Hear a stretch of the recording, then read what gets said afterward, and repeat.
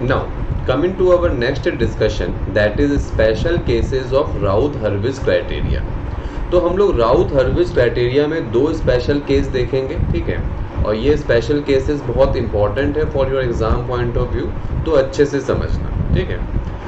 चलो सबसे पहले हम लोग केस 1 समझते हैं, ठीक है। सबसे पहले तो हम लोग केस 1 में क्या लिख रहा है कि while forming Routh array, first element in any row may result into 0, and in that row there must be at least one non-zero element, due to which Routh array ends abruptly, ठीक है।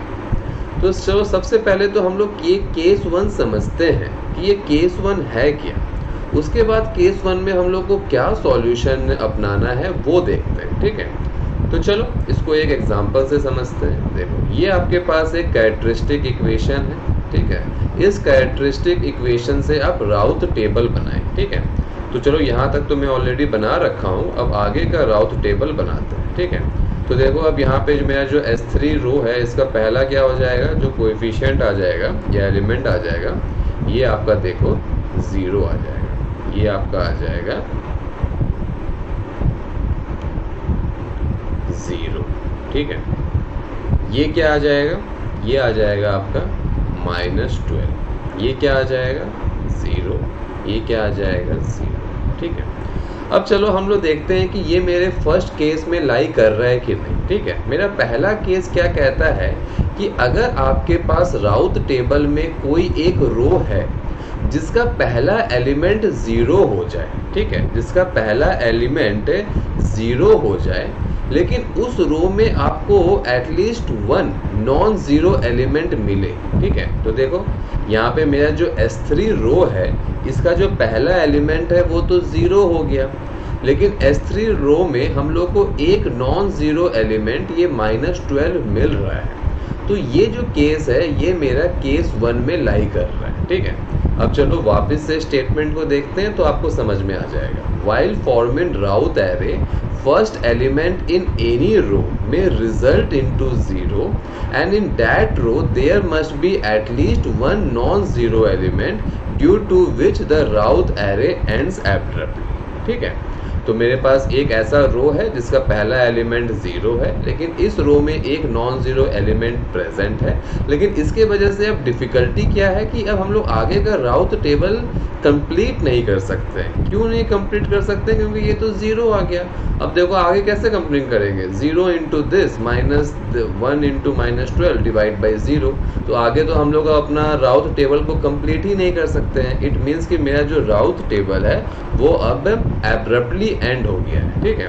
तो अब हम लोग को ये तो मेरा डिफ़िकल्टी आ गया। तो अब यहाँ तक क्या है कि आप केस 1 का नेचर समझ गए, एंड केस 1 में क्या डिफ़िकल्टी है कि मेरा राउथ टेबल एब्रप्टली एंड हो गया है। तो अब हम लोग को अपने सॉल्यूशन के तरफ बढ़ना है, जिससे हम लोग अपने राउथ टेबल को कंप्लीट कर सकें, क्योंकि राउथ टेबल को कंप्लीट करेंगे तभी तो हम लोग चीज़ें कंक्लूड करेंगे। क्योंकि एग्जाम में क्या होगा, आपको वो ये कैरेक्टरिस्टिक इक्वेशन दे देगा और बोलेगा कि आप ये बताओ ये स्टेबल है कि नहीं। तो उसके लिए तो हम लोग को राउथ टेबल कंप्लीट ही करना पड़ेगा, लेकिन राउथ टेबल हम लोग कंप्लीट कर नहीं पा रहे हैं क्योंकि यहाँ पे हम लोगों को एक डिफ़िकल्टी फेस हुआ। तो अब इस डिफ़िकल्टी को कैसे हम लोग को सॉल्व करना है वो समझते हैं, ठीक है। अब उसके लिए क्या है, अब आगे का जो लिटरेचर है वो देखते हैं। तो आगे के लिटरेचर में क्या कह रहा है, to overcome this difficulty replace the zero with A, replace the zero with A such that limit A is tending to 0 and sign of a is same as the sign of first element of previous row, ठीक है। अब आपको ये क्या कह रहा है, चलो उसके सॉल्यूशन को देखते हैं। आपका सॉल्यूशन ये कह रहा है कि आपको एक ये रो तो मिल गया जिसमें आपका पहला एलिमेंट तो 0 हो गया, लेकिन इस रो में एक एटलीस्ट 1 नॉन ज़ीरो एलिमेंट है। अब अगर आगे हम लोगों को राउथ टेबल को कंप्लीट करना है तो हम लोग इस 0 को क्या मान लेते हैं, हम लोग इसको मान लेते हैं ए का मेरा नेचर क्या है, ए का मेरा नेचर क्या है, आप यहाँ पे ए का नेचर लिखो। ए का नेचर ये है कि मेरा जो ए है ना वो एक बहुत ही स्मॉल एंटिटी है, जिसको हम लोग डिनोट कर रहे हैं as limit a tending to 0। Means यहाँ पे हम लोग को जो 0 मिला था इसको हम लोग एक बहुत ही स्मॉल एंटिटी से रिप्लेस कर दे रहे हैं which is itself tending to 0। और इसका दूसरा नेचर क्या है कि ये जो a का साइन होगा, इसका साइन क्या होगा, it's sign depend upon the first element of previous row. तो देखो S3 का प्रीवियस रो क्या था, S4 था। S3 का प्रीवियस रो क्या है, S4 है। S4 का पहला एलिमेंट क्या है, +1 है। तो अब इस एलिमेंट का साइन क्या है, प्लस। इट मीन्स कि यहाँ पे मेरा a का भी साइन हो जाएगा प्लस। मीन्स यहाँ पे आप लिखो a इज ग्रेटर देन 0। ठीक है। वही मान लो कि अगर मेरा ये जो S4 है इसमें पहले एलिमेंट का साइन होता -1, तो यहाँ पे मेरा a का साइन माइनस हो जाता। ठीक है। लेकिन यहाँ पे तो मेरा प्लस है, तो यहाँ पे a का आपको साइन प्लस लेना पड़ेगा। ठीक है। तो अब क्या है, अब इस तरह से अब आपने यहाँ पे a को इंट्रोड्यूस कर लिया जिसका दो प्रॉपर्टी है, that is a is a very small entity और a का जो साइन है वो पॉजिटिव है। अब इसके साथ आप अपना रिमेनिंग राउथ टेबल को कंप्लीट कर लो। अब इसके साथ आप अपना रिमेनिंग राउथ टेबल को कंप्लीट कर लो। तो चलो इसको कंप्लीट करते हैं। तो देखो हम लोगों को क्या मिल जाएगा, ये आ जाएगा 2a + 12/a। ठीक है।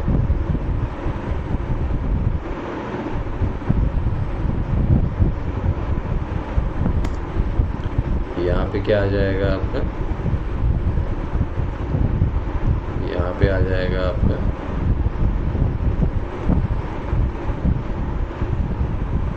15। ये सब तो 0 0। यहाँ पे क्या आ जाएगा आपका -12 2a + 12/a + 15a divide by 2a + 12/a। एक बड़ा सा आपको एक्सप्रेशन मिल जाएगा यहाँ पे। ठीक है। इसके साथ आपका जो एडजेसेंट एलिमेंट्स है वो आ जाएंगे 0 0 0। अब लास्ट रो का आपको कंप्लीट करना है, तो यहाँ पे आप इसको इस तरह से कर दो। S0 को हम लोग थोड़ा सा और नीचे लिख लेते हैं, S0। और इसका यहाँ पे क्या मिल जाएगा, यहाँ पे हम लोग को S0 मिल जाएगा 50। S0 मिल जाएगा 50। इसको चलो हम लोग थोड़ा सा छोटा है, S0 है मेरा 50। यहाँ पे क्या है, -12 2a + 12 + 15a divide by 2a + 12/a। ठीक है। तो अब देखो हम लोगों ने यहाँ पे 0 को a से रिप्लेस कर दिया और हम लोगों ने अपने रिमेनिंग राउथ टेबल को कंप्लीट कर लिया। ठीक है। इट मीन्स कि डिफ़िकल्टी आया, उस डिफ़िकल्टी को हम लोग सॉल्व कर लिए। अब हम लोग को अपने फाइनल एम में आना है। फाइनल एम क्या था कि मेरे पास ये कैरेक्टरिस्टिक इक्वेशन था, इसका हम लोग को स्टेबिलिटी बताना था। ठीक है। अब उसके स्टेबिलिटी के लिए हम लोग अपने राउथ टेबल के फर्स्ट कॉलम पे फोकस करेंगे। अब देखो यहाँ पे क्या है, ये तो मेरा पॉजिटिव है, ये क्या है, पॉजिटिव है। ए अभी हम लोगों ने कंक्लूड किया था कि ये भी मेरा पॉजिटिव है। ठीक है। अब यहाँ के लिए हम लोग को क्या करना पड़ेगा, ये पॉजिटिव है कि नेगेटिव, इसके लिए यहाँ पे आप लिमिट लगा दो, लिमिट a टेंडिंग टू 0 और इसको सॉल्व करो तो ये आपका आ जाएगा इनफाइनाइट। ठीक है। इनफाइनाइट है, इट मीन्स कि ये भी मेरा पॉजिटिव है। अब हम लोग को इसका वैल्यू निकालना है, तो यहाँ पे आप फिर से लिमिट लगाओ, लिमिट a टेंडिंग टू 0 और इसका वैल्यू निकालो, तो इसका आपका वैल्यू निकल जाएगा -12। मैं आपको यहाँ पे लिमिट लगा के दिखा नहीं रहा हूँ, आई एम एक्सपेक्टिंग कि आपको लिमिट्स एंड ऑल पता हो। तो यहाँ पे आपने लिमिट लगाई है, ये आ गया आपका -12, इट मीन्स कि इसका ये है नेगेटिव। और ये तो है 15 मीन्स पॉजिटिव। तो अब आप बताओ कि टोटल मेरे साइन चेंज कितने हो रहे हैं। मेरे पास देखो एक साइन चेंज हो गया, यहाँ देखो ये पॉजिटिव था, ये अपना नेगेटिव आया, और ये नेगेटिव था, ये पॉजिटिव आया, मीन्स 2 साइन चेंज हुआ। इट मीन्स कि यहाँ से हम लोग क्या कह सकते हैं कि मेरा जो साइन चेंज है वो 2 है। अगर साइन चेंज 2 है इट मीन्स कि मेरा जो सिस्टम है वो अनस्टेबल है। अब अगर आपसे कोई ये पूछ ले कि यार ये बताओ LHS RHS में कितने पोल्स लाई कर रहे हैं, तो देखो कैरेक्टरिस्टिक इक्वेशन का ऑर्डर 5 है, मीन्स मेरे जो क्लोज लूप पोल्स है वो 5 है।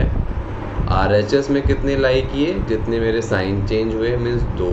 LHS में मेरे कितने लाई किए, रिमेनिंग 3। ठीक है, तो ये सब तो हम लोग को आता ही है। बेसिकली तो हम लोग को ये देखना था कि स्पेशल केस 1 में क्या था। स्पेशल केस 1 में यही है कि जब भी आप राउथ टेबल बनाओगे आपको एक रो ऐसा मिलेगा जिसका पहला एलिमेंट तो 0 हो जाएगा, लेकिन आपको एटलीस्ट 1 नॉन ज़ीरो एलिमेंट मिलेगा अपने उस रो में। उसके लिए आपको क्या करना है, अपने 0 को रिप्लेस करना है with a very small entity a, that is limit a tending to 0, और a का साइन क्या होगा, इसके लिए आपको प्रीवियस रो के फर्स्ट एलिमेंट के साइन को कंसिडर करना है। ठीक है, उसके बाद आप अपने राउट टेबल को कंप्लीट करो, उसके बाद आप अपने फर्स्ट कॉलम पे फोकस करो और ये डिसाइड करो कि सिस्टम स्टेबल है कि नहीं। ठीक है, I hope this is clear to you. चलो, now coming to our next topic, that is second special case of Routh Hurwitz criteria. तो चलो हम लोग second special case of Routh Hurwitz criteria देखते हैं। तो देखो ये क्या बोल रहा है कि अगर आप एक राउथ टेबल बना रहे हो, ठीक है, and if all the elements in any odd row results into 0, if all the elements in any odd row results into 0 due to presence of poles symmetrical about origin, इस वाले लाइन को अभी आप छोड़ दो, due to presence of poles symmetrical about origin, इसे अभी आप इग्नोर करो, इसे अभी हम लोग बहुत ही डिटेल्स में समझेंगे। फिलहाल तो आप ये समझो कि अगर आप एक राउथ टेबल बना रहे हो और किसी भी ऑड रो के सारे एलिमेंट्स 0 हो जाते हैं, तो उस केस में मेरा जो राउथ एरे है दैट विल एंड एब्रप्टली। ठीक है, चलो इसे हम लोग एक एग्जांपल से समझते हैं। देखो ये आपके पास एक कैरेक्टरिस्टिक इक्वेशन दिया गया है, इस कैरेक्टरिस्टिक इक्वेशन से आप राउथ टेबल बना रहे हो। ठीक है, जब आप राउथ टेबल बनाए तो आप देख पा रहे हो कि मेरा जो ये S1 रो है इसके सारे एलिमेंट्स 0 हो गए। ठीक है, और S1 मेरा क्या है, एक तरह से ऑड रो है, तो हम लोग कह सकते हैं कि मेरे पास एक ऑड रो है, मेरे पास एक ऑड रो है जिसके सारे एलिमेंट्स 0 हो जा रहे हैं। ठीक है, तो अब इस केस में क्या होगा, अब मेरा राउथ एरे विल एंड एब्रप्टली, आप अपने राउथ एरे या राउथ टेबल को कंप्लीट नहीं कर पाओगे। ठीक है, तो अब इस डिफिकल्टी को हम लोग कैसे ओवरकम करते हैं, तो अब चलो उसे देखते हैं। To overcome this difficulty, replace the zeros with coefficient of differentiated auxiliary polynomial that is obtained from the row above the rows of zeros। चलो इसे हम लोग समझते हैं। तो ये क्या कह रहा है कि अगर आपके पास कोई एक ऑड रो है जिसके सारे एलिमेंट्स 0 हो जा रहे हैं, जिसके वजह से आप अपने राउथ टेबल को कंप्लीट नहीं कर पा रहे हो, तो इस डिफिकल्टी को ओवरकम करने के लिए आप सबसे पहले अपना ऑक्सिलरी पॉलिनोमियल निकालो। ठीक है, आप सबसे पहले अपना ऑक्सिलरी पॉलिनोमियल निकालो। ऑक्सिलरी पॉलिनोमियल कहाँ से निकलता है, ऑक्सिलरी पॉलिनोमियल मेरे उस रो से निकलता है जो मेरे या फिर इस तरह से देख लो कि auxiliary polynomial is obtained from the row which is above the row of 0। जैसे कि देखो मेरा ये जो S1 रो है ये मेरा 0 हो रहा है, ठीक है। अब S1 रो के ऊपर कौन सा रो है, S2 रो है, तो मेरा ऑक्सिलरी पॉलिनोमियल S2 रो से निकलेगा, ठीक है। तो मेरा ऑक्सिलरी पॉलिनोमियल क्या हो जाएगा, it will be equal to -2s² plus 2 is equal to 0, ठीक है। ये कैसे निकला, देखो ये जो 1 है this is coefficient of S3, ये जो -2 है this is coefficient of S2। तो अब देखो ये इस तरह से मूव करता है, this is S3, this is S2, this is S1, this is S0, ठीक है। तो मेरा auxiliary polynomial will be equal to -2s² plus 2 is equal to 0, ठीक है। अब देखो, अब आपका कह रहा है कि आपने अब ऑक्सिलरी पॉलिनोमियल निकाल लिया from the row above the row of zeros. अब आपको इस ऑक्सिलरी पॉलिनोमियल को डिफरेंशिएट करना है, ठीक है। तो चलो इसे हम लोग डिफरेंशिएट कर देते हैं।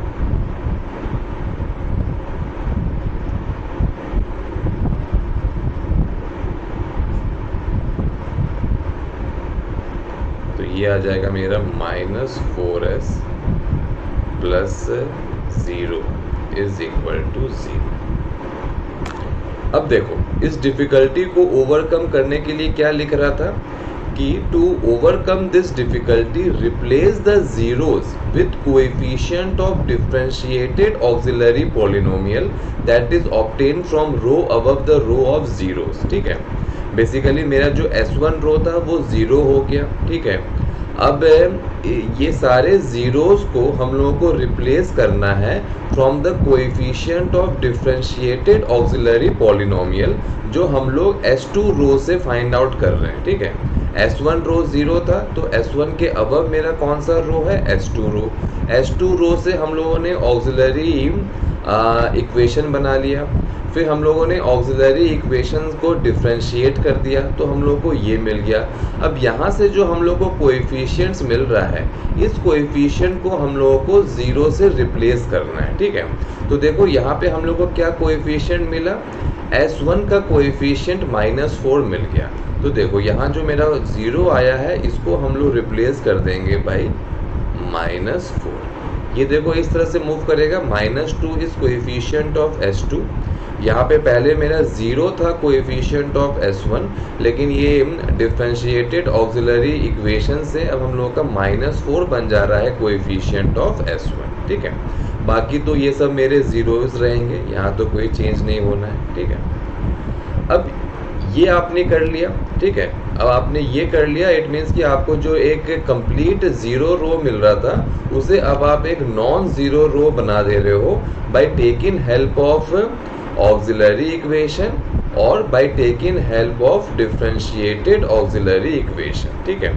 अब आप अपने राउथ टेबल को कंप्लीट कर लो। तो देखो अब हम लोग का राउथ टेबल कैसे कंप्लीट हो जाएगा, यहाँ पे आ जाएगा आपका 2, ये आ गया 0, ये आ गया 0, ठीक है। तो अब आप देख सकते हो कि आपने अपने राउथ टेबल को कंप्लीट कर लिया, ठीक है। इसको फिर से एक बार रिवाइज कर लेते हैं। आपके पास एक कैरेक्टरिस्टिक इक्वेशन दिया जाएगा, इस कैरेक्टरिस्टिक इक्वेशन से आप राउथ टेबल बनाओगे तो आपको मिल रहा है कि आपके पास एक ऑड रो है, जैसे कि S1 रो है, इट इज़ ए ऑड रो जिसके सारे एलिमेंट्स 0 हो जा रहे हैं। इट मीन्स कि मेरा एक ऑड रो कंप्लीट 0 हो जा रहा है, ठीक है।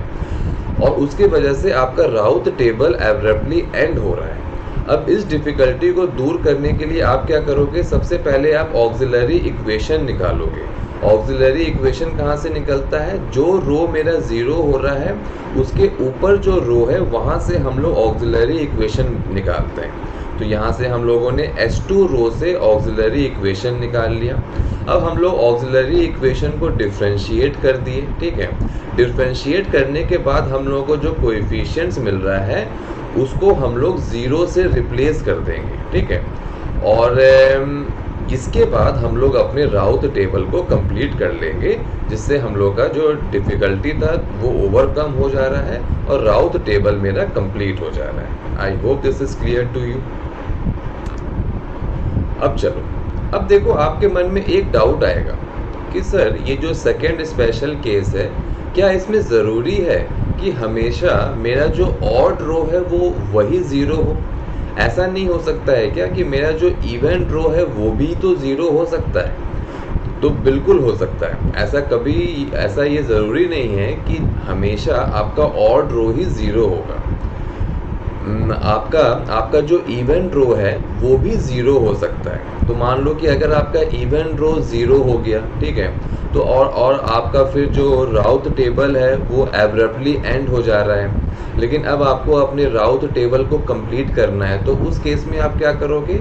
इवन रो ज़ीरो हुआ, अब उस केस में आप जो ऑक्सिलरी इक्वेशन है वो आप फॉर्म करोगे from the row above the even row. जैसे मान लो कि मेरा S2 रो ज़ीरो हो जा रहा है, ठीक है, तो अब इस केस में मेरा ऑक्सिलरी इक्वेशन किस रो से बनेगा? From the row above the zero row, that is मेरा ऑक्सिलरी इक्वेशन बनेगा from the S3 row, that is the odd row, ठीक है। तो आप S3 रो से ऑक्सिलरी इक्वेशन बनाओगे, फिर आप उसको डिफरेंशिएट करोगे, फिर वहाँ से जो आपको कोएफिशिएंट्स मिल रहा है उसको आप S2 रो में जो ज़ीरोज़ मिल रहा था उसको आप उस कोएफिशिएंट से रिप्लेस करोगे और अपने राउथ टेबल को कंप्लीट करोगे, ठीक है। लेकिन देखो, अगर हम लोग एग्ज़ाम पॉइंट ऑफ व्यू का बात करें ना, तो एग्ज़ाम में हमेशा आपको इस तरह से क्वेश्चंस मिलेंगे जिसके ऑड रो ज़ीरो हो रहे हैं, ठीक है। एग्ज़ाम में आपको कभी इस तरह से क्वेश्चंस नहीं मिलेगा कि आपका इवन रो ज़ीरो हो रहा है। क्यों? क्योंकि अगर आपका इवन रो ज़ीरो हो रहा है ना, तो उसका कोई प्रैक्टिकल सिग्निफिकेंस नहीं है, ठीक है। लेकिन अगर आपका ऑड रो ज़ीरो हो रहा है ना, तो उसका प्रैक्टिकल सिग्निफिकेंस है। अभी हम लोग देखेंगे भी कि उसका प्रैक्टिकल सिग्निफिकेंस क्या है। या फिर देखो, अभी जो हम लोग यहाँ पे स्टेटमेंट लिखे थे जो अभी हम लोग डिस्कस नहीं किए हैं, दैट इज़ कि अगर मेरा कोई भी ऑड रो ज़ीरो हो जाता है due to presence of poles symmetrical about origin, ये अभी हम लोग डिस्कस नहीं किए हैं ये, लेकिन अभी हम लोग उसको डिस्कस करेंगे, थोड़ा डिस्कशन करेंगे। लेकिन ये मेरा जो due to presence of poles symmetrical about origin है, ये तभी होगा जब मेरा ऑड रो ज़ीरो हो रहा है। लेकिन अगर मेरा इवन रो ज़ीरो हो रहा है ना, तो उस केस में मेरे पोल सिमेट्रिकल अबाउट ओरिजिन नहीं रहेंगे, ठीक है। तो मोटा मोटा कंक्लूजन यही है कि ज़रूरी नहीं है कि हमेशा आपका ऑड रो ही ज़ीरो होगा, आपका इवन रो भी ज़ीरो हो सकता है।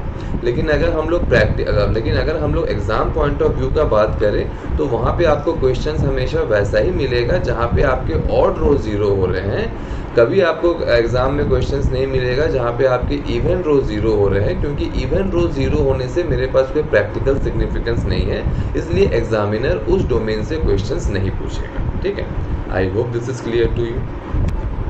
अब चलो आगे चलते हैं। तो देखो, राउथ का जो सेकंड स्पेशल केस है, इसमें हम लोग ये तो समझ गए कि अगर मेरा राउथ टेबल एब्रप्टली एंड हो रहा है due to any odd row resulting into zero, तो किस तरह से हम लोग अपने राउथ टेबल को कंप्लीट कर लेंगे, ठीक है।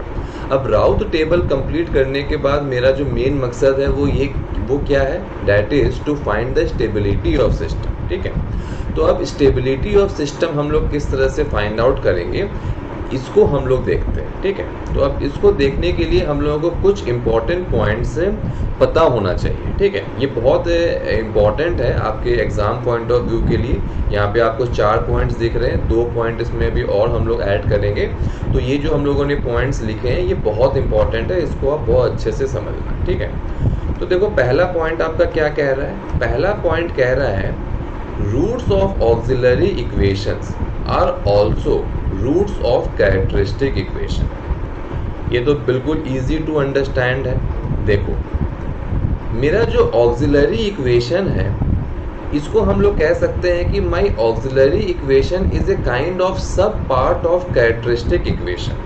देखो, मेरा कैरेक्टरिस्टिक इक्वेशन ये था और ऑक्सिलरी इक्वेशन ये था। अब ऑक्सिलरी इक्वेशन तो मेरा कैरेक्टरिस्टिक इक्वेशन से ही ड्राइव हो रहा है ना, या फिर ऑक्सिलरी इक्वेशन तो मेरा कैरेक्टरिस्टिक इक्वेशन का ही पार्ट है। इसलिए मेरे कैरेक्टरिस्टिक इक्वेशन में आपको जो भी रूट्स या पोल्स मिल रहा है वो आपके मेरे ऑक्सिलरी इक्वेशन में आपको जो भी रूट्स या पोल्स मिल रहा है वो रूट्स या पोल्स आपका कैरेक्टरिस्टिक इक्वेशन का भी पार्ट होगा। जैसे कि इसको आप इस तरह से समझ लो, मान लो मेरे पास एक ऑक्सिलरी इक्वेशन है, ठीक है। ऑक्सिलरी इक्वेशन का मेरा रूट्स है a, b, ठीक है। अब मेरे पास एक कैरेक्टरिस्टिक इक्वेशन है, ठीक है। कैरेक्टरिस्टिक इक्वेशन में हम लोगों को 4 रूट्स मिल रहे हैं, ठीक है। तो अब मेरे कैरेक्टरिस्टिक इक्वेशन के 4 रूट्स क्या होंगे, a, b, c, d। तो आप देख रहे हो कि ये जो a एंड b है, कैरेक्टरिस्टिक इक्वेशन के जो ये मेरे 2 रूट्स मिले a and b, it is same as that of the roots of auxiliary equation. और ऐसा क्यों हो रहा है, क्योंकि मेरा जो ऑक्सिलरी इक्वेशन है वो तो मेरा कैरेक्टरिस्टिक इक्वेशन का एक सब पार्ट है, इसलिए ऑक्सिलरी इक्वेशन के जो मेरे रूट्स रहेंगे वो मेरे कैरेक्टरिस्टिक इक्वेशन के भी पार्ट रहेंगे, ठीक है। तो इसमें तो कोई आपको डिफिकल्टी नहीं होना चाहिए, ये तो इजी टू अंडरस्टैंड है, ठीक है। अब हम लोग सेकेंड पॉइंट में आते हैं, इंपॉर्टेंट पॉइंट है। ये आपका क्या कह रहा है, order of auxiliary equation signifies number of roots या poles which are symmetrical about origin, ठीक है। चलो इसे हम लोग समझते हैं। देखो यहाँ पे हम लोगों ने स्टेटमेंट में लिखा भी था कि वाइल फॉर्मिंग राउथ एरे, अगर हम लोग राउथ एरे बना रहे हैं और किसी एक ऑड रो का सारा एलिमेंट 0 हो जाता है, ठीक है, तो इट मीन्स कि मेरे पास कुछ पोल्स है जो कि सिमेट्रिकल अबाउट ओरिजिन है, ठीक है। अगर आप एक राउथ टेबल बना रहे हो और आपके किसी भी ऑड रो का सारा एलिमेंट 0 हो जाएगा, तो उस केस में आपको पोल्स सिमेट्रिकल अबाउट ओरिजिन मिलेंगे। अब आपका नेक्स्ट क्वेश्चन रहेगा कि सर मेरे कितने पोल्स रहेंगे जो सिमेट्रिकल अबाउट ओरिजिन है, तो वो आपका डिपेंड करता है ऑर्डर ऑफ ऑक्सिलरी इक्वेशन। जैसे कि इस एग्जाम्पल को अगर हम लोग देखें तो देखो यहाँ पे हम लोग का S1 रो, यहाँ पे हम लोग का S1 row which is an odd row, ये मेरा कंप्लीट 0 हो रहा है, ठीक है। तो उस केस में मेरा ऑक्सिलरी इक्वेशन क्या मिल रहा था, -2s² + 2 = 0। इस ऑक्सिलरी इक्वेशन का ऑर्डर कितना है, इस ऑक्सिलरी इक्वेशन का मेरा ऑर्डर है 2, इस ऑक्सिलरी इक्वेशन का मेरा ऑर्डर है 2। तो इस केस में हम लोग ये कहेंगे कि मेरे 2 पोल्स हैं या मेरे 2 रूट्स हैं जो कि सिमेट्रिकल अबाउट ओरिजिन है, जो कि सिमेट्रिकल अबाउट ओरिजिन है, ठीक है। अब देखो सिमेट्रिकल अबाउट ओरिजिन होने का क्या मतलब है, ठीक है। Poles are symmetrical about origin. तो देखो अगर आपके पास पोल्स इस तरह से लाई कर रहे हैं, एक आपका यहाँ लाई किया -2 पे, एक आपका लाई किया 2 पे, तो ये आपके हो गए पोल्स सिमेट्रिकल अबाउट ओरिजिन, ठीक है। या फिर दूसरा आपका केस क्या बन रहा है, एक आपका पोल लाई किया यहाँ पे 2j पे, एक आपका पोल लाई किया -2j पे, तो ये दोनों भी मेरे सिमेट्रिकल अबाउट ओरिजिन है, ठीक है। तो यहाँ से हम लोग को एक बहुत इंपॉर्टेंट कंक्लूजन मिल गया कि अगर मेरा कोई एक ऑड रो 0 हो जाता है तो उस केस में हम लोग को पोल्स सिमेट्रिकल अबाउट ओरिजिन मिलेंगे। और मेरे कितने पोल्स सिमेट्रिकल अबाउट ओरिजिन है, it is the order of auxiliary equation signifies roots या poles which are symmetrical about origin. Means मेरे जितने मेरा ऑक्सिलरी इक्वेशन का जितना ऑर्डर होगा उतना ही पोल्स मेरा सिमेट्रिकल अबाउट ओरिजिन होगा, ठीक है। I hope this is clear to you. अब चलो नेक्स्ट पॉइंट में आते हैं, ये बहुत इंपॉर्टेंट है, यहाँ से हम लोग का स्टेबिलिटी डिटरमिन हो रहा है। ये क्या कह रहा है, number of sign change in first column of Routh array below auxiliary equation signifies number of roots या poles which are lying on right hand side of S plane and they are also symmetrical about origin। ये देखो क्या कह रहा है, देखो अगर हम लोगों को स्टेबिलिटी डिटरमिन करना है तो उसके लिए हम लोगों को राउथ टेबल के फर्स्ट कॉलम को रेफर करना है, ठीक है। यहाँ पे हम लोग का ये जो S1 रो था वो 0 हो गया, ठीक है। यहाँ पे हम लोग का जो S1 रो है वो 0 हो गया। तो अब देखो यहाँ पे आप क्या करो, आप एक लाइन खींच दो, आप एक लाइन खींच दो इस तरह से, ठीक है। अब देखो आपका ये क्या कह रहा है कि मेरे number of sign change in first column of Routh array below auxiliary equation, ठीक है। तो देखो ये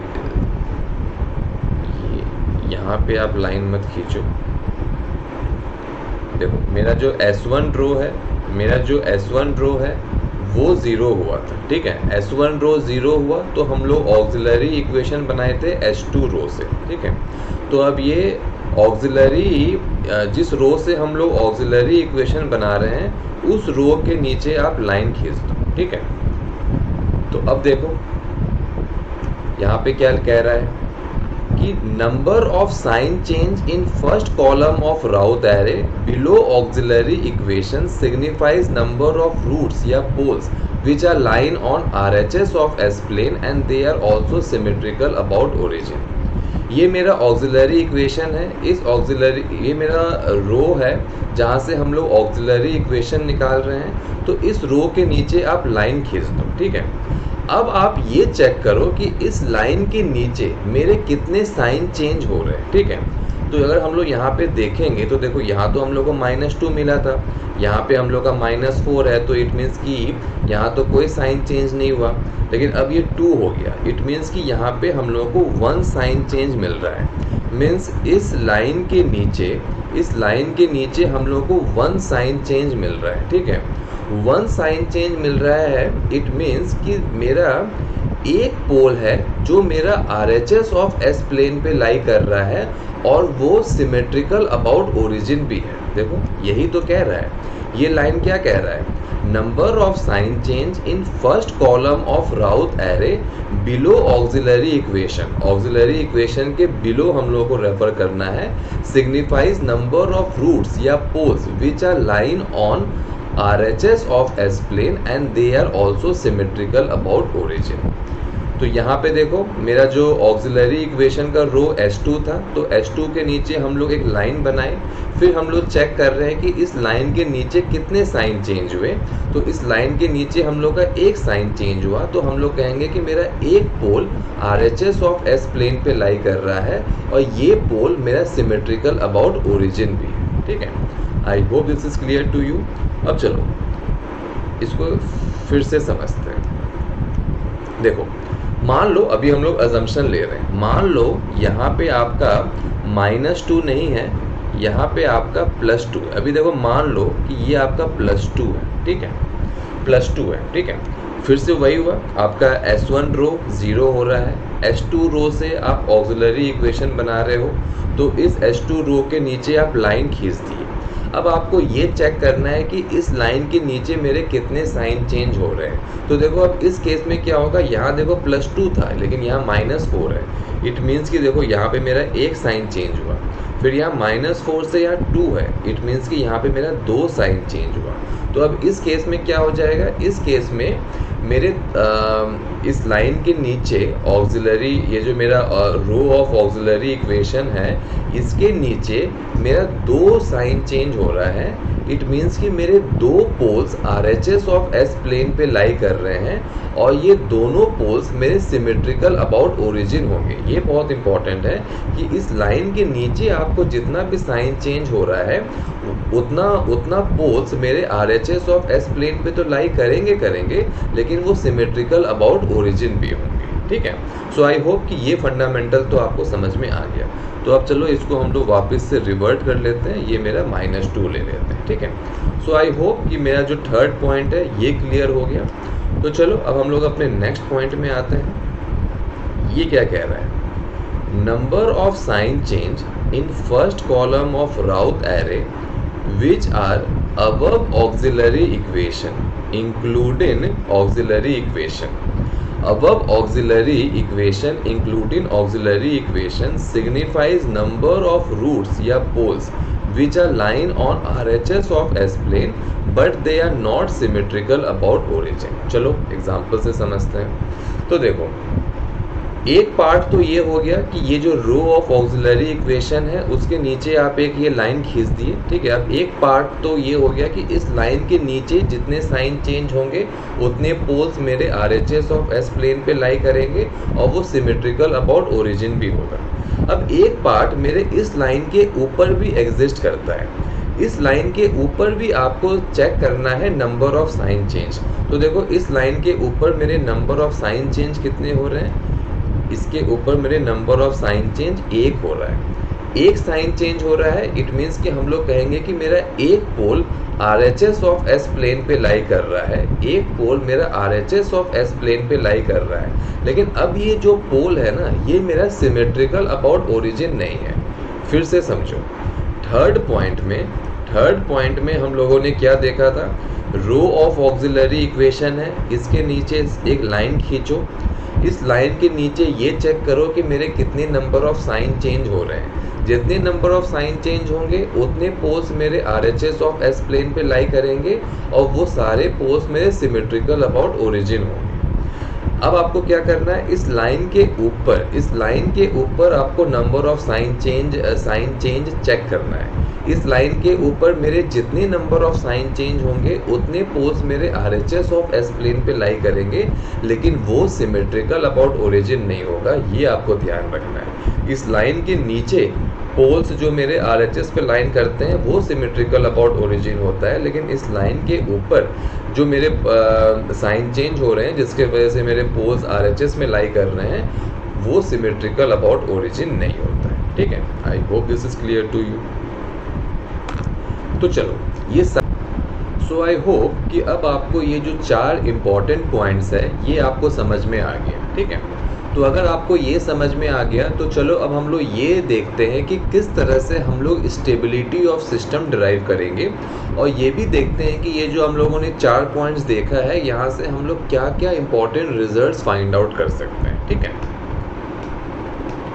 तो चलो देखो, ये मेरे पास कैरेक्टरिस्टिक इक्वेशन था, ये हम लोगों ने राउथ टेबल बना लिया। अब हम लोगों को चेक करना है इसका स्टेबिलिटी, ठीक है।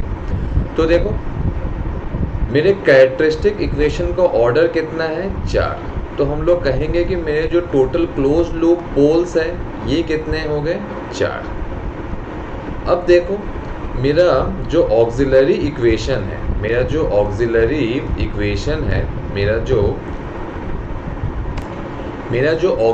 इक्वेशन है इसका ऑर्डर कितना है, 2। ऑक्सिलरी इक्वेशन का ऑर्डर 2 है।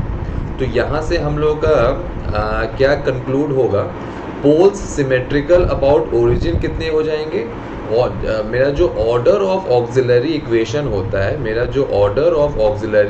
होता है वो सिग्निफाई करता है मेरे पोल्स सिमेट्रिकल अबाउट ओरिजिन। तो मेरा ऑक्सिलरी इक्वेशन का अगर ऑर्डर 2 है तो वो सिग्निफाई कर रहा है कि मेरे 2 पोल्स हैं जो मेरे सिमेट्रिकल अबाउट ओरिजिन होंगे। अब हम लोगों को फाइंड आउट करना है poles on RHS and poles on LHS, ठीक है। तो हम लोग क्या करेंगे, सबसे पहले ये जो रो ऑफ ऑक्सिलरी इक्वेशन के नीचे जो हम लोगों ने लाइन खींचा है, यहाँ पे हम लोग देखेंगे कि इस लाइन के नीचे कितने साइन चेंज हो रहे हैं। तो इस लाइन के नीचे हम लोगों को 1 साइन चेंज मिला। इट मीन्स कि 1 पोल मेरा RHS ऑफ एस प्लेन पे लाई करेगा और वो सिमेट्रिकल अबाउट ओरिजिन भी होगा। इट मीन्स कि मेरा एक पोल लाई करेगा on RHS of S plane और ये सिमेट्रिकल अबाउट ओरिजिन भी है। इट मीन्स कि हम लोगों को इसका एक counterpart LHS of S plane पे भी मिलेगा, ठीक है। आई होप कि ये आप समझ रहे हो, ये जो दोनों पोल्स हैं ये मेरे सिमेट्रिकल अबाउट ओरिजिन है। और ये सिमेट्रिकल अबाउट ओरिजिन क्यों मिल रहा है, क्योंकि जो मेरा रो ऑफ ऑक्सिलरी इक्वेशन है उसके नीचे जो हम लोगों ने लाइन खींचा है उसके नीचे हम लोगों को 1 साइन चेंज मिल रहा है और वो रिप्रेजेंट कर रहा है number of poles on RHS of S plane which is symmetrical about origin. अब हम लोग इस लाइन के ऊपर अगर फोकस करें तो यहाँ पे हम लोग को 1 साइन चेंज मिला। इट मीन्स कि मेरा 1 पोल लाई कर रहा है on RHS of S plane, लेकिन ये सिमेट्रिकल अबाउट ओरिजिन नहीं है। देखो मेरा एक पोल यहाँ पर भी लाई करेगा RHS ऑफ एस प्लेन, लेकिन इसका कोई LHS पे काउंटर पार्ट नहीं रहेगा, क्योंकि ये पोल कहाँ से आ रहा है, ये पोल इसलिए आ रहा है क्योंकि इस लाइन के ऊपर मेरा एक साइन चेंज हो रहा है, तो जितना साइन चेंज होगा उतना पोल मेरा RHS पे लाई करेगा, लेकिन ये सिमेट्रिकल अबाउट ओरिजिन नहीं होगा। तो यहाँ से हम लोग क्या देख लिए कि देखो मेरे RHS पे 2 पोल लाई किया, ठीक है। अब टोटल तो मेरे 4 पोल होने चाहिए, 2 पोल अगर RHS पे है, 1 पोल अगर LHS पे है, तो मेरा चौथा पोल आ जाएगा LHS पे। लेकिन ये ध्यान देना, ये जो पोल है और ये जो पोल है, ये मेरा दोनों सिमेट्रिकल अबाउट ओरिजिन नहीं है। तो यहाँ से हम लोग लिखेंगे कि मेरा पोल्स ऑन LHS कितना आ गया 2, और यहाँ से हम लोग कहेंगे कि मेरा जो सिस्टम है वो क्या है, सिस्टम इज अनस्टेबल, क्योंकि हम लोग को RHS पे भी पोल्स मिल रहे हैं। तो टोटल क्लोज लूप पोल्स कितने हो गए 4, क्योंकि कैरेक्टरिस्टिक इक्वेशन का ऑर्डर 4 था। पोल सिमेट्रिकल अबाउट ओरिजिन कितना हो गया 2, क्योंकि ऑक्सिलरी इक्वेशन का ऑर्डर 2 था। पोल्स ऑन RHS कितने हो गए 2, पोल्स ऑन LHS कितने हो गए 2, सिस्टम हो गया unstable. So I hope this is clear to you. और देखो ये सारे इंफॉर्मेशन आप इसलिए निकाल पा रहे हो क्योंकि ये 4 स्टेटमेंट आपको पता है। अगर ये 4 स्टेटमेंट आपको पता नहीं रहेगा तो आप बस हिट एंड ट्राई मारते जाओगे और आप एग्जाम में क्वेश्चंस को गलत कर जाओगे, ठीक है। I hope this is clear to you. तो चलो आगे चलते हैं। अब चलो एक और क्वेश्चन देखते हैं जिससे आपको और क्लैरिटी मिल जाए। ये आपके पास एक कैरेक्टरिस्टिक इक्वेशन है। इस कैरेक्टरिस्टिक इक्वेशन से आप अपना राउथ टेबल बना रहे हो। जब आप राउथ टेबल बनाने चले तो आप देख सकते हो कि मेरा जो S3 रो है विच इज़ एन ऑड रो, ये मेरा 0 हो जा रहा है, ठीक है। S3 रो 0 हो गया और इसके वजह से मेरा राउथ टेबल एब्रप्टली एंड हो रहा है। तो अब हम लोगों को अपने इस राउथ टेबल को कंप्लीट करना है। तो उसके लिए हम लोग क्या करेंगे, सबसे पहले हम लोग अपना ऑक्सिलरी इक्वेशन बनाएंगे। ऑक्सिलरी इक्वेशन मेरा कहाँ से बनता है, जो ऑड रो मेरा 0 हो रहा है उसके ऊपर जो रो है वहाँ से हम लोग ऑक्सिलरी इक्वेशन बनाते हैं। या तो S3 के ऊपर S4 है, तो यहाँ से अगर हम लोग अपना ऑक्सिलरी इक्वेशन बनाएं तो ये हम लोग को मिल जाएगा 2S4 + 6S² - 8 = 0। अब इस ऑक्सिलरी इक्वेशन को हम लोग डिफरेंशिएट करेंगे तो ये हम लोग को मिल गया 8S³ + 12S = 0। तो यहाँ से अब हम लोग को S³ का कोएफिशिएंट मिल गया और S1 का कोएफिशिएंट मिल गया। इस कोएफिशिएंट को हम लोग यहाँ पे पुट अप कर देंगे। ये क्या था 8 and 12, ये आ गया मेरा 8, ये आ गया मेरा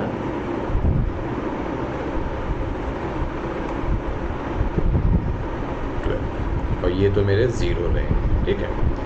तो मेरा जो S3 रो 0 हो जा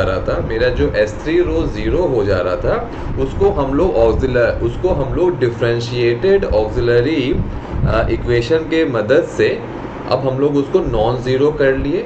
अब हम लोग अपने राउथ टेबल को कंप्लीट कर सकते हैं। तो अब आप अपने राउथ टेबल को कंप्लीट करो तो ये आ जाएगा आपका 3, ये आ गया -8, this will be 0, this will be 0, ये आ जाएगा आपका 100/3, 0 0 0, ये आ जाएगा, इसको थोड़ा सा नीचे लिख लेते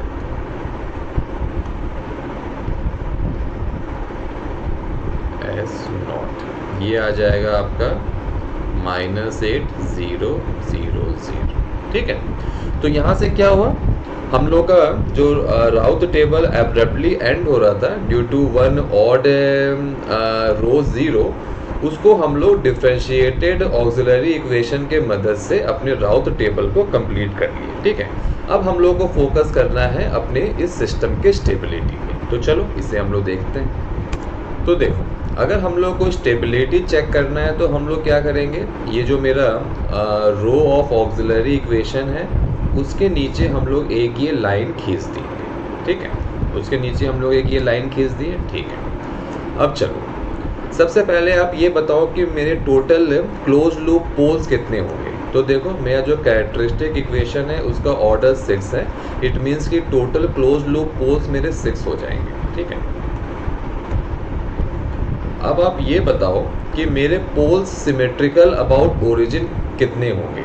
तो आप बोलोगे कि मेरा जो ऑक्सिलरी इक्वेशन है उसका जो ऑर्डर रहेगा उतना ही पोल्स मेरे सिमेट्रिकल अबाउट ओरिजिन रहेंगे। तो यहाँ पे ऑक्सिलरी इक्वेशन का ऑर्डर 4 है, इट मीन्स कि मेरे 4 पोल्स हैं जो सिमेट्रिकल अबाउट ओरिजिन है। अब हम लोग को चेक करना है poles on RHS, poles on LHS, और फिर हम लोग को अपना स्टेबिलिटी बताना है कि सिस्टम मेरा स्टेबल है कि नहीं है। ठीक है, तो चलो हम लोग क्या करेंगे, देखो सबसे पहले इस लाइन के नीचे हम लोग चेक करते हैं number of sign change in the first column of Routh table. तो यहाँ पे हम लोग को दिख रहा है कि देखो हम लोग को यहाँ पे सिर्फ एक साइन चेंज मिल रहा है। ठीक है, एक साइन चेंज मिल रहा है, इट मीन्स कि मेरा एक पोल RHS पे लाई कर रहा है which is also symmetrical about origin. Means यहाँ पे अगर एक पोल ये RHS पे लाई किया तो इसका एक काउंटर पार्ट LHS पे भी लाई करेगा। ठीक है, बिल्कुल सिस्टमैटिक वे से चलते रहना है तो आप गलती नहीं करोगे। ठीक है, ये हो गया। अब आप फोकस करोगे अपने लाइन के ऊपर वाले पार्ट में। तो आप अगर अपने लाइन के ऊपर वाले पार्ट में चेक किए तो आपको एक भी साइन चेंज नहीं मिल रहा है। ठीक है, तो इसकी वजह से तो आपका कोई पोल्स RHS पे लाइन नहीं कर रहा है जो सिमेट्रिकल अबाउट ओरिजिन नहीं है। ठीक है, तो अब आपको देखो क्या हो गया, टोटल मेरे 6 पोल थे। चलो ठीक है, 6 को तो रहने दो। यहाँ पे आप देखो मेरे जो total poles symmetrical about origin होना चाहिए वो मेरा 4 था। 2 पोल तो हम लोग को मिल गया, 4 में से 2 पोल ये तो मिल गया, लेकिन अभी भी मेरे 2 पोल है जो मेरे सिमेट्रिकल अबाउट ओरिजिन होना चाहिए। तो अब आप ये बताओ कि इस 2 पोल को आप कहाँ प्लेस करोगे। आप एक ऑप्शन तो है कि आप बोलोगे कि सर हम लोग एक पोल को यहाँ RHS इधर प्लेस कर देते हैं और इसके काउंटर पार्ट इसको इधर प्लेस कर देते हैं। दिस इज रॉन्ग, ये आप नहीं कर सकते हो क्योंकि RHS में आप पोल्स तभी प्लेस कर पाओगे जब आपको यहाँ पे साइन चेंज मिल रहा हो। ठीक है, यहाँ तो आपको सिर्फ एक ही साइन चेंज मिला, इट मीन्स कि आपका RHS पे एक ही पोल लाई करेगा जो सिमेट्रिकल अबाउट ओरिजिन रहेगा। आप दूसरा पोल उस वहाँ पे प्लेस जबरदस्ती नहीं कर सकते हैं। तो मेरे पास क्या ऑप्शन है कि हम लोग जो रिमेनिंग 2 पोल्स हैं जो सिमेट्रिकल अबाउट ओरिजिन है उसे हम लोग प्लेस कर देंगे ऑन J एक्सेस। ठीक है, ये जो मेरे 2 पोल्स है ये भी मेरे सिमेट्रिकल हो गए। ठीक है, तो मेरे जो टोटल सिमेट्रिकल पोल्स थे वो 4 थे, और ये चारों पोल्स के जो मेरे लोकेशन हैं, ये जो चारों पोल्स के जो मेरे लोकेशंस हैं ये हम लोगों ने यहाँ पे डिफाइन कर दिया है। ठीक है, लेकिन मेरे टोटल क्लोज लूप पोल्स तो 6 है, 6 में से 4 पोल्स तो हम लोग यहाँ पे आइडेंटिफाई कर लिए। तो अब रिमेनिंग 2 पोल्स कहाँ हैं, रिमेनिंग 2 पोल्स को अब अपना LHS पे डाल दो। ठीक है, ये आ गया। तो यहाँ से मेरा फाइनल कंक्लूजन क्या है, पोल्स ऑन RHS कितने हो गए 1, पोल्स ऑन LHS कितने हो गए 3। यहाँ पे मेरा एक और कैटेगरी आ जाएगा, poles on J axis, poles on J axis, ये कितना आ गया 2। अब यहाँ से मेरा सिस्टम स्टेबल है या अनस्टेबल है, तो यहाँ पे हम लोग कहेंगे कि मेरा सिस्टम अनस्टेबल है। ठीक है, so I hope this is clear to you.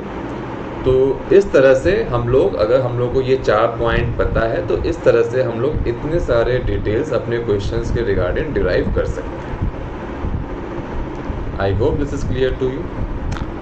अब चलो थोड़ा सा और चीज़ों को समझते हैं। ठीक है, तो मान लो अगर यही जो आपको राउथ टेबल मिला ना, मान लो कि यहाँ पे आपको 8 नहीं मिलता, यहाँ पे आपको -8 मिलता है। ठीक है, अभी देखो हम लोग ना मतलब अजम्पशंस ले रहे हैं जिससे थोड़ा सा कॉन्सेप्ट्स में और आपको क्लैरिटी दिला दे अगर आपको क्लैरिटी नहीं मिला है। ठीक है, मान लो यहाँ पे हम लोग को 8 नहीं मिलता, -8 मिलता, यहाँ पे आपको -3 मिलता, यहाँ पे आपको -100/3 मिलता, और यहाँ आपको -8 नहीं मिलता, +8 मिलता। ठीक है, ये आपका अगर राउथ टेबल होता और आपको कहता कि यार अब आप स्टेबिलिटी डिटरमिन करो, तो उस केस में क्या होता, देखो फिर से वही number of close loop poles तो 6 होगा, पोल सिमेट्रिकल अबाउट ओरिजिन 4 है। ठीक है, अब RHS, LHS, J axis and stability इसको डिटरमिन करते हैं। तो इस लाइन के नीचे हम लोग चेक करेंगे, तो इस लाइन के नीचे हम लोग चेक करेंगे नंबर ऑफ साइन चेंज। एक साइन चेंज यहाँ हो गया, यहाँ कोई साइन चेंज नहीं, यहाँ कोई साइन चेंज नहीं, यहाँ दूसरा साइन चेंज। इट मीन्स कि ये जो रो ऑफ ऑक्सिलरी इक्वेशन है इसके नीचे हम लोग को 2 साइन चेंज मिला। इट मीन्स कि मेरे 2 पोल्स लाई करेंगे on RHS of S plane which are symmetrical about origin. It means कि देखो मेरे पास अब 2 पोल्स लाई हुआ RHS ऑफ एस प्लेन, और इन दोनों पोल्स के लिए हम लोग को काउंटर पार्ट ऑन LHS पे भी मिलेगा, क्योंकि ये दोनों पोल्स मेरे सिमेट्रिकल अबाउट ओरिजिन है। ठीक है, देखो ये दोनों मेरे सिमेट्रिकल अबाउट ओरिजिन है और ये दोनों मेरे सिमेट्रिकल अबाउट ओरिजिन।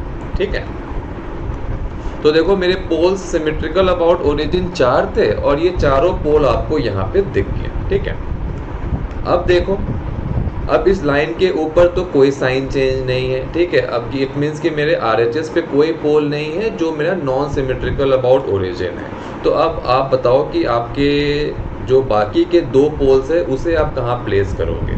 तो देखो इस केस में मेरे जो बाकी के 2 पोल्स हैं उसको हम लोग अपने LHS पे डाल देंगे, उसको हम लोग यहाँ पे अपने LHS पे डाल देंगे।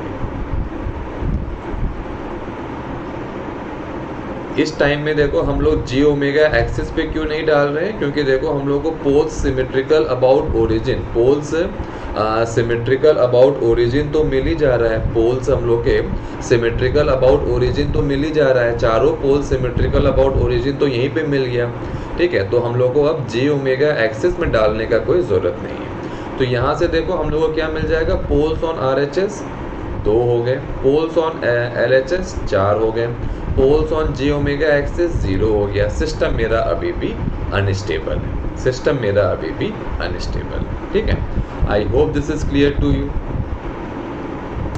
अब चलो एक चेंज और करते हैं और फिर देखते हैं कि रिजल्ट किस तरह से वेरी करता है। मान लो यहाँ पे आपको 1 नहीं मिल रहा है, यहाँ पे आपको -1 मिल रहा है। ठीक है, तो अब देखो क्या होगा, देखो इस लाइन के नीचे तो हम लोग का कोई चेंज नहीं होगा। इट मीन्स कि मेरे 2 पोल्स RHS पे लाई करेंगे जो मेरे सिमेट्रिकल अबाउट ओरिजिन है। लेकिन इस लाइन के ऊपर अब क्या हो रहा है, देखो हम लोग को एक साइन चेंज मिल रहा है। इट मीन्स कि अब मेरा एक पोल लाई करेगा on RHS of S plane में which is not symmetrical about origin. It means कि देखो 4 पोल्स तो यहाँ पे हम लोग अपना बना ही लिए थे।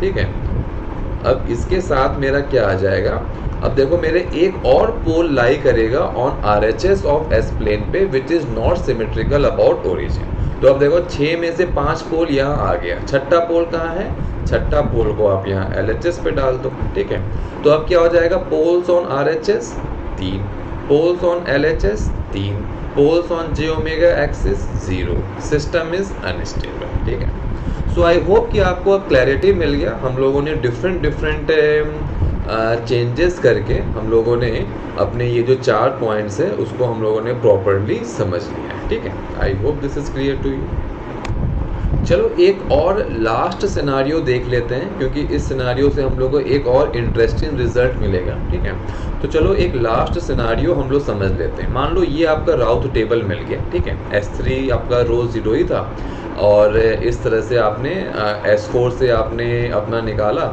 ऑक्सिलरी इक्वेशन और अपना राउथ टेबल कंप्लीट कर लिया।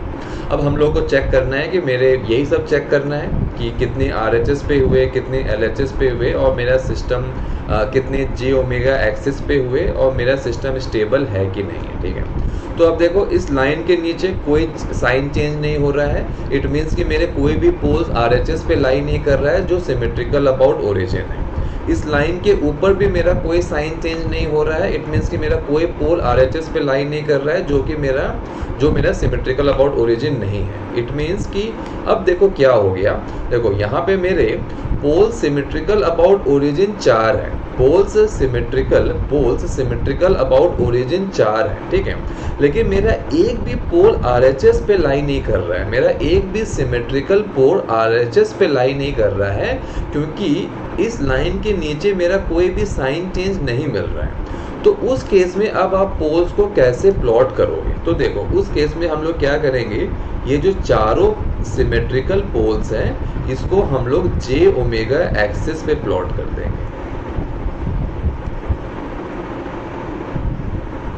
ये दोनों मेरे सिमेट्रिकल पोल्स हो गए और ये दोनों मेरे सिमेट्रिकल पोल्स हो गए, ठीक है। तो मेरे चार जो सिमेट्रिकल पोल्स थे वो चारों का लोकेशन मेरा जे ओमेगा एक्सिस पे आ गया, क्योंकि मेरा जो राउथ टेबल का जो फर्स्ट कॉलम था वहाँ कोई साइन चेंज नहीं, कोई भी साइन चेंज नहीं है बिलो दिस लाइन। तो मेरा कोई भी आरएचएस पे, देखो पहला बात तो ये है कि ये जो मेरा राउथ टेबल का जो फर्स्ट कॉलम है कोई साइन चेंज नहीं है। इट मीन्स कि मेरा कोई भी पोल आरएचएस पे लाइन नहीं कर रहा है, ठीक है। अगर आरएचएस पे लाइन नहीं कर रहा है तो फिर तो सवाल ही नहीं उठता है कि मेरा कोई पोल आरएचएस पे है और वो सिमेट्रिकल अबाउट ओरिजिन है, ठीक है। लेकिन मेरा ऑक्सिलरी इक्वेशन का ऑर्डर 4 है, तो मेरा सिमेट्रिकल, मेरे पास 4 सिमेट्रिकल पोल अबाउट ओरिजिन तो रहेंगे ही रहेंगे। मेरे 4 सिमेट्रिकल पोल अबाउट ओरिजिन तो रहेंगे रहेंगे। और ये मेरे सिमेट्रिकल पोल अबाउट ओरिजिन क्यों आ रहे हैं? क्योंकि मेरा जो एक ऑड रो है, मेरा जो S3 ऑड रो है वो 0 हो जा रहा है। जब भी मेरा एक ऑड रो 0 होगा तो मेरे पोल सिमेट्रिकल अबाउट ओरिजिन होंगे। और वो कितने पोल सिमेट्रिकल अबाउट ओरिजिन होंगे वो डिपेंड करता है मेरा ऑर्डर ऑफ ऑक्सिलरी इक्वेशन में। यहाँ पे ऑर्डर ऑफ ऑक्सिलरी इक्वेशन 4 था, इसलिए मेरे 4 पोल्स सिमेट्रिकल अबाउट ओरिजिन है। कोई भी पोल्स मेरे आरएचएस पे लाइन नहीं कर रहा है, इसलिए हम लोग चारों पोल्स को यहाँ पे जे ओमेगा एक्सिस पे पुटअप कर दिए। अब जो बाकी 2 पोल है वो कहाँ पे आ जाएगा, उसको आप यहाँ एलएचएस पे डाल दो। तो यहाँ पे क्या आ गया, poles on RHS 0, poles on LHS 2, poles on J omega axis 4। अब बताओ आपका सिस्टम क्या होगा? इस केस में आपका सिस्टम होगा मार्जिनली स्टेबल, ठीक है। I hope this is clear to you, क्योंकि मेरे पोल्स जे ओमेगा, मेरे पोल्स आरएचएस पे लाई तो नहीं कर रहा है तो मेरा सिस्टम अनस्टेबल तो नहीं होगा, लेकिन मेरा पोल्स जे ओमेगा एक्सिस पे लाई कर रहा है, इसलिए मेरा सिस्टम मार्जिनली स्टेबल होगा, ठीक है। सो आई होप कि इतने सारे सिनारियो समझने के बाद अब आपको डिफ़िकल्टी नहीं होगा रिजल्ट्स निकालने में, ठीक है। तो चलो आगे चलते हैं। चलो अब आगे चलते हैं। तो देखो ये जो मेरे 4 पॉइंट्स है या फिर जो 4 प्रॉपर्टीज़ है related to second special case of Routh Hurwitz criteria, ये तो आपको क्लियर हो गया है, ठीक है। तो चलो अब जो ये रिमेनिंग 4 पॉइंट्स है which are related to second special case of Routh Hurwitz criteria, इसे हम लोग देखते हैं। देखो ये जो रिमेनिंग 4 पॉइंट्स है ना, ये किससे रिलेटेड है कि मान लो आपके पास एक कैरेक्टरिस्टिक इक्वेशन है, उस कैरेक्टरिस्टिक इक्वेशन से आप राउथ टेबल बना रहे हो और आपको मोर देन 1 ऑड रो 0 मिल जा रहा है, ठीक है। इससे पहले हम लोगों ने क्या देखा था कि अगर एक ऑड रो 0 हो रहा है तो हम लोग किस तरह से अपना राउथ टेबल कंप्लीट कर रहे थे एंड किस तरह से अपना स्टेबिलिटी को कंक्लूड कर रहे थे। लेकिन मान लो कि आपका मोर देन 1 ऑड रो 0 हो जाएगा तो आप किस तरह से अपना राउथ टेबल कंप्लीट करोगे एंड किस तरह से आप स्टेबिलिटी को जज करोगे, ये हम लोग ये 4 पॉइंट्स में देखेंगे, ठीक है। तो चलो एक एग्जांपल से समझते हैं। देखो मान लो आपके पास एक ये कैरेक्टरिस्टिक इक्वेशन दिया गया है, इससे अब आप राउथ टेबल बना रहे हो। तो जब आप राउथ टेबल बनाने गए तो आपको देखो, आपको ये दिख रहा है कि मेरा जो S3 रो है ये 0 हो जा रहा है, मेरा जो S3 रो है वो 0 हो जा रहा है। तो अब आप अपने राउथ टेबल को किस तरह से कंप्लीट करोगे? तो अब आप S4 रो पे जाओगे, S4 रो से आप एक ऑक्सिलरी इक्वेशन बनाओगे। तो देखो S4 रो से हम लोग का ऑक्सिलरी इक्वेशन ये बन गया, ठीक है। अब आप इस ऑक्सिलरी इक्वेशन को डिफरेंशिएट करोगे, ठीक है। तो यहाँ पे हम लोगों ने ऑक्सिलरी इक्वेशन को डिफरेंशिएट कर लिया। डिफरेंशिएटेड ऑक्सिलरी इक्वेशन से जो हम लोगों को कोएफिशिएंट्स मिल रहा है, जैसे कि यहाँ पे हम लोग को S3 का कोएफिशिएंट 4 मिल गया, S1 का कोएफिशिएंट 4 मिल गया। इस कोएफिशिएंट्स को हम लोग यहाँ पे 0 से रिप्लेस कर देंगे, ठीक है। और उसके बाद फिर हम लोग आगे अपना राउथ टेबल कंप्लीट करेंगे। तो चलो आगे बढ़े। तो देखो जब हम लोग आगे बढ़े तो हम लोगों को देखो क्या मिल रहा है, हम लोगों को फिर से ये दिखा कि अब मेरा जो S1 रो है वो 0 हो गया। पहले हम लोगों का S3 रो 0 था, अब हम लोगों का S1 रो भी 0 हो गया। मीन्स इस बार हम लोगों को 1 ऑड रो 0 नहीं मिल रहा है, हम लोगों को 2 ऑड रो 0 मिल जा रहा है। ठीक है, तो अब चलो, अब हम लोग कैसे अपने राउथ टेबल को कंप्लीट करेंगे। तो फिर से हम लोग S2 रो पे जाएंगे, वहां से हम लोग ऑक्सिलरी इक्वेशन बनाएंगे। तो देखो S2 रो पे गए, वहां से हम लोगों ने अपना ऑक्सिलरी इक्वेशन बनाया, उस ऑक्सिलरी इक्वेशन को हम लोग डिफरेंशिएट किए। डिफरेंशिएटेड ऑक्सिलरी इक्वेशन से जो हम लोग को कोएफिशिएंट मिल रहा है, जैसे कि यहाँ पे हम लोग का S1 का कोएफिशिएंट 2 है, उसको हम लोग यहाँ पे 0 से रिप्लेस करेंगे और फिर अपने राउथ टेबल को कंप्लीट करेंगे। ठीक है, I hope this is clear to you. तो यहाँ तक आपको ये समझ में आ गया कि अगर मेरे मोर देन 1 ऑड रो 0 हो जा रहे हैं तो किस तरह से हम लोग को अपना राउथ टेबल कंप्लीट करना है। ठीक है, तो चलो आगे चलते हैं। तो चलो, अगर यहाँ तक क्लियर है तो चलो अब हम लोग अपने प्रॉपर्टीज में आते हैं। तो फिफ्थ प्रॉपर्टी क्या कह रहा है? फिफ्थ प्रॉपर्टी ये कह रहा है कि roots of lower auxiliary equation will also be roots of upper auxiliary equation. देखो, lower auxiliary equation and upper auxiliary equation हम लोग किसको कह रहे हैं? देखो, ये जो हम लोगों को S4 रो से हम लोगों को ऑक्सिलरी इक्वेशन मिला, इसे हम लोग अपर ऑक्सिलरी इक्वेशन कहेंगे। और यहाँ पे देखो, S2 रो से जो हम लोगों को ऑक्सिलरी इक्वेशन मिल रहा है, इसको हम लोग लोअर ऑक्सिलरी इक्वेशन कहेंगे। ठीक है, तो देखो ये जो प्रॉपर्टी है, इसको तो समझने में आपको डिफिकल्टी नहीं आ रहा होगा, क्योंकि देखो सिमिलर टाइप ऑफ प्रॉपर्टी हम लोगों ने प्रॉपर्टी 1 में भी देखा था। प्रॉपर्टी 1 में हम लोगों ने देखा था कि roots of auxiliary equation are also roots of characteristic equation. ऐसा क्यों? क्योंकि auxiliary equation is part of characteristic equation, या फिर ऑक्सिलरी इक्वेशन इज ए सब पार्ट ऑफ कैरेक्टरिस्टिक इक्वेशन। इसलिए ऑक्सिलरी इक्वेशन का जो रूट्स होगा वो कैरेक्टरिस्टिक इक्वेशन का भी रूट्स होगा। ये हम लोगों ने देख लिया था। इसी तरह मेरा जो लोअर ऑक्सिलरी इक्वेशन है, इट इज ए सब part of upper auxiliary equation, इसलिए लोअर ऑक्सिलरी इक्वेशन का जो रूट होगा वो मेरा अपर ऑक्सिलरी इक्वेशन का भी रूट होगा। ठीक है, इसको अगर आपको प्रैक्टिकली चेक करना है तो देखो हम लोग यहाँ पे चेक कर सकते हैं।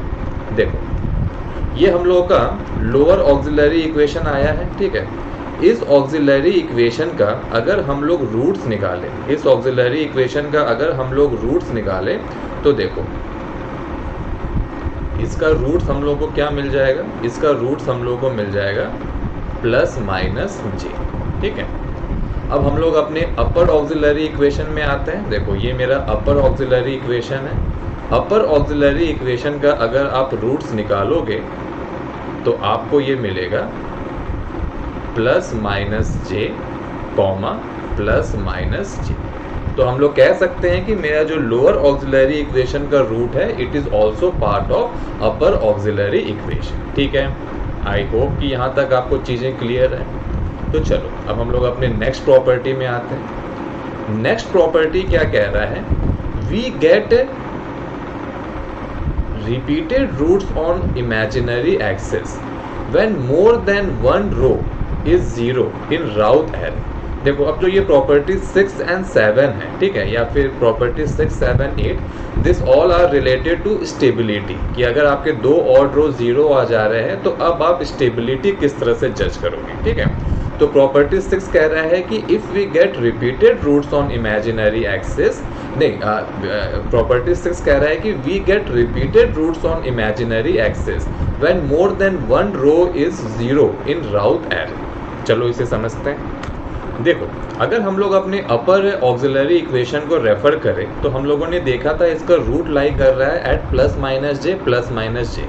इसको अगर हम लोग प्लॉट किए तो देखो हम लोगों को दिख रहा है कि हम लोगों को रिपीटेड रूट्स मिल रहा है ऑन इमेजिनरी एक्सिस। ठीक है, देखो इस केस में क्या था, इस कैरेक्टरिस्टिक इक्वेशन में क्या था कि हम लोगों को 2 ऑड रो 0 मिल रहा है। ठीक है, 2 ऑड रो 0 मिल रहा है, इसलिए हम लोगों को 2 रिपीटेड रूट्स मिल रहा है ऑन इमेजिनरी एक्सिस। देखो, 2 रूट्स हम लोगों को प्लस जे पे मिला, 2 रूट्स हम लोगों को माइनस जे पे मिला।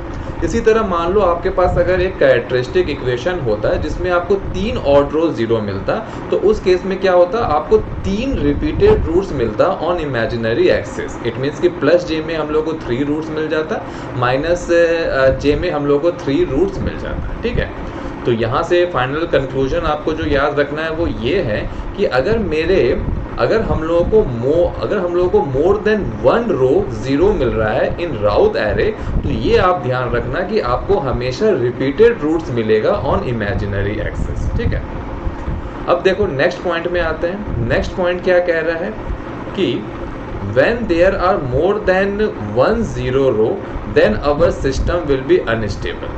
ऐसा क्यों? देखो अभी हम लोगों ने पॉइंट नंबर 6 में क्या देखा था कि अगर मेरे मोर देन 1 ऑड रो 0 हो रहा है तो हम लोग को इमेजिनरी एक्सिस पे रिपीटेड रूट्स मिल रहा है। देखो इमेजिनरी एक्सिस पे रिपीटेड रूट्स मिल रहा है, और हम लोगों ने टाइम डोमेन एनालिसिस में ये डिस्कस किया था कि अगर हम लोग को इमेजिनरी एक्सिस या फिर जी ओमेगा एक्सिस में रिपीटेड रूट्स मिल रहा है तो उस केस में मेरा सिस्टम अनस्टेबल होगा।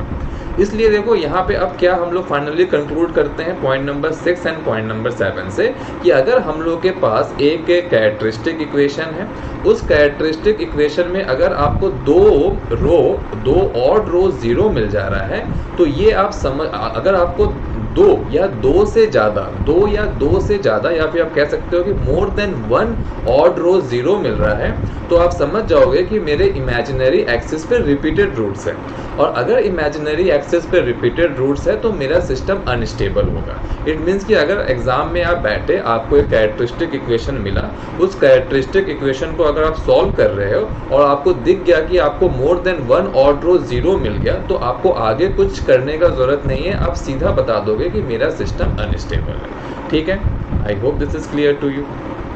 अब चलो हम लोग लास्ट प्रॉपर्टी या फिर हम लोग कंक्लूडिंग प्रॉपर्टी भी इसे कह सकते हैं। ये जो मेरा प्रॉपर्टी है, ये मेरा प्रॉपर्टी 1 to 7 जो हम लोगों ने देखा है वो इन सब का ये कंक्लूडिंग स्टेटमेंट है या कंक्लूडिंग प्रॉपर्टी है। ये क्या कह रहा है?